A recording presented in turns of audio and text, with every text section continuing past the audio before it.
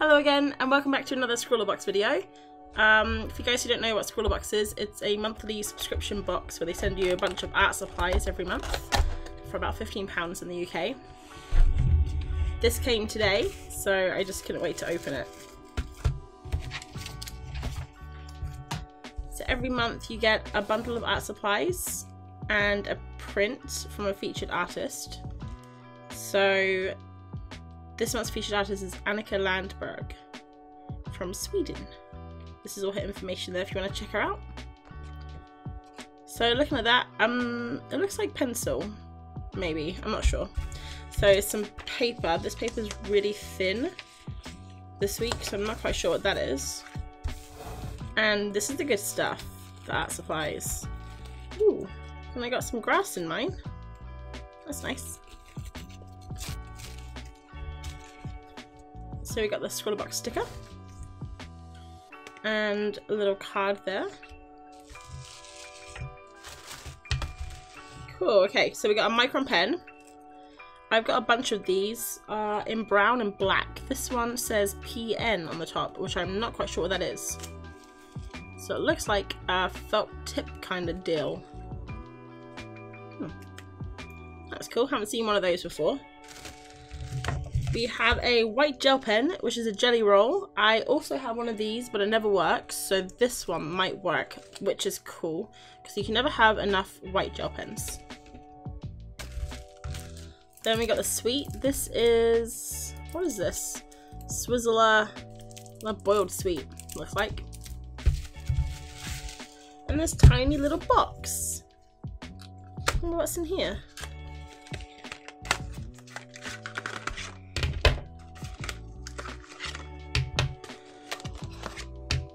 Tiny little box with tiny little pens. These are so cute. Look like alcohol, kind of like a Copic marker. It's a chisel tip. And, oh, no wait, is that a chisel tip or a brush? It's a brush. Brush tip and a, oh, chisel tip. Of course, that's the chisel tip because it looks like a chisel. Looks like that one is a colourless blender. And then these colours are so cool, they're like spring colours. Soft coral, cherimoya green. I've never heard of that colour green, but it's lovely. Terracotta and chartreuse yellow. So let's have a look. So these are Spectra Ad Markers.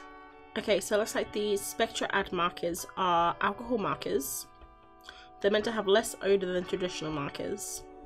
And they have a tri-chisel nib to create medium, thin and thick widths. Just sniffing it there. It does smell, but I don't really care, to be honest, about that. This one here is a Micron PN drawing pen. So it's archival ink. I guess it's just like a felt tip. And then everyone knows what jelly roll is. And then this skinny paper here is marker paper. So I guess it's good for markers. So yeah, looking at this, I don't know if they use the markers for this. It's kind of similar colours, but this looks like pencil. I actually never know if they use the materials in it. Sometimes it seems like they use completely different materials. Let's give this a go. So I'm just going to try out all the materials.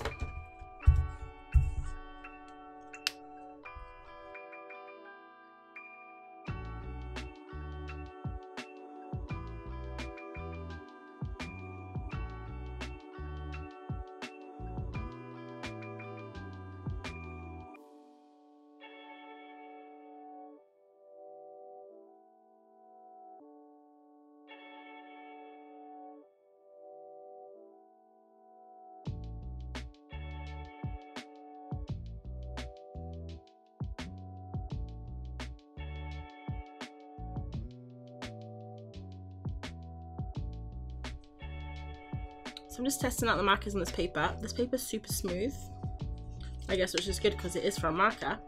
It doesn't seem to soak up the ink as much as like my sketchbook does, which is just regular paper. I don't know if these guys are meant to be able to blend. They are alcohol markers, so I'm guessing that's one of the traits, like it should be able to blend. But I got the green and the two kind of greens blending together quite well. I couldn't really get the colourless marker to work. I wasn't sure if you meant to put it on after or you meant to put it on before. And you can see here in the red, it's like a little bit streaky and doesn't look very good. So I might have to practice with that a bit more.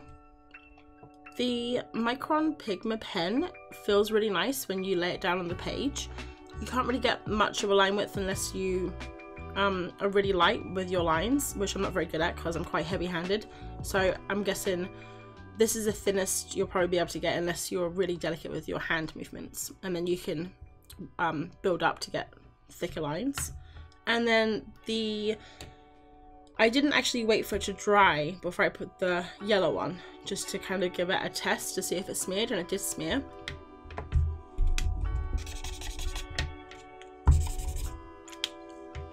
And then after it had dried completely, I also used it again and it smeared again. So it's probably best to use this pen after you put the markers down, which is good to know. And the Jelly Roll pen works really well. I'm really happy with it because my other Jelly Roll, I never use it and I probably should throw it away. So I'm really happy that I got this Jelly Roll. It's really cool. So I guess I'll just eat this sweet and move on to the challenge, which is woodland creatures today. That's pretty cool. Okay, so I guess I'll draw some woodland creatures. I decided to draw a badger in the end because I found this really cute picture of one sitting in the forest online, and I sketched it in my sketchbook first and then I transferred it over to the paper. I'm just popping the numbers down of the markers here so I wouldn't get confused later, because they all look quite pale on the lids, and the pinks especially look really similar. So drawn a badger because they're cute and I've never drawn one before and it's super English.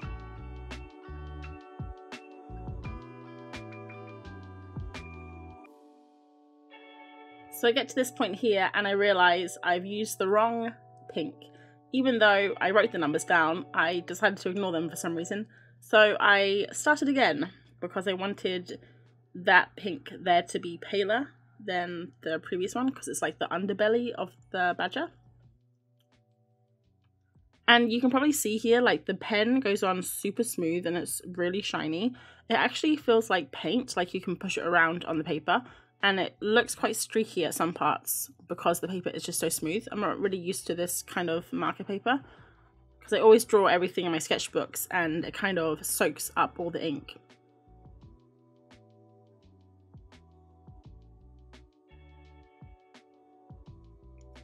And the one colour that I was super disappointed with was this colour here. It's like the green, the greenish green, not the yellow green.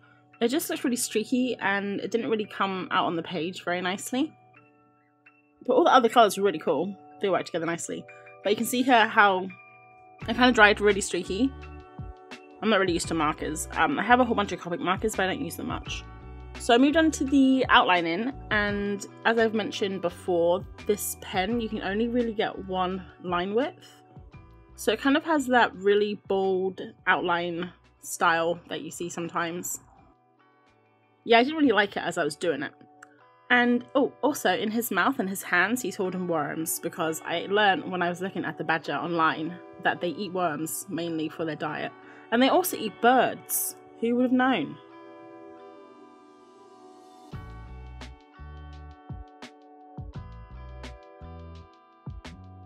So I decided I would use that other image that I kind of made a mistake with at the beginning, and I would test out the colourless blender because I hadn't used it yet. So I decided to just kind of put it on the page and just have a play around, and it blends really nicely. I don't think I was doing it right when I was swatching it out, or maybe I was using the wrong side of the paper, but it blends really well. You get quite a lot of colour left in the colourless blender, so you can kind of put it in the ink and then, like I'm doing here, you can use it so it's really, really pale, which is quite cool. And it kind of looks almost watercolourish. Oh, here I am using the zoom on my new camera. You might see that in the future because I wasn't able to do that on my last camera. I got one for my birthday, and it's awesome because I can see on the screen now, because normally I have things like off screen and I don't realise when I'm filming. So yeah, you can see how it's like super pale. So it's really nice. I think I might actually have to get some marker paper in the future, because after using this paper from using it in my sketchbooks, I can see like such a difference that it uses. You have so much more control over the pigment and blending and everything. So with this one here, I was just kind of messing around. I wasn't really going for anything. Like in the other one, it was really stiff and it was like, this color goes here, this color goes here.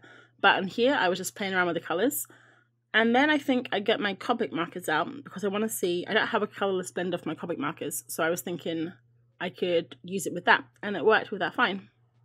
I guess they're kind of made from a similar material.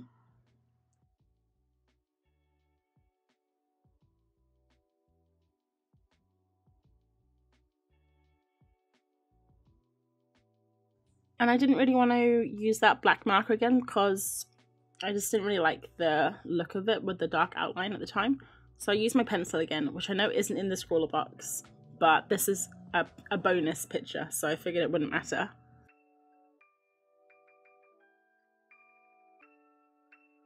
And then the jelly roll, like I mentioned before, was awesome, and it's super pigmented and the ink comes out really nicely, so I'm really happy. And then here are the two of them side by side. So this is the original one I did, and then this is the colorless blended experiment. So which one do you guys like better? Thanks for watching. Bye!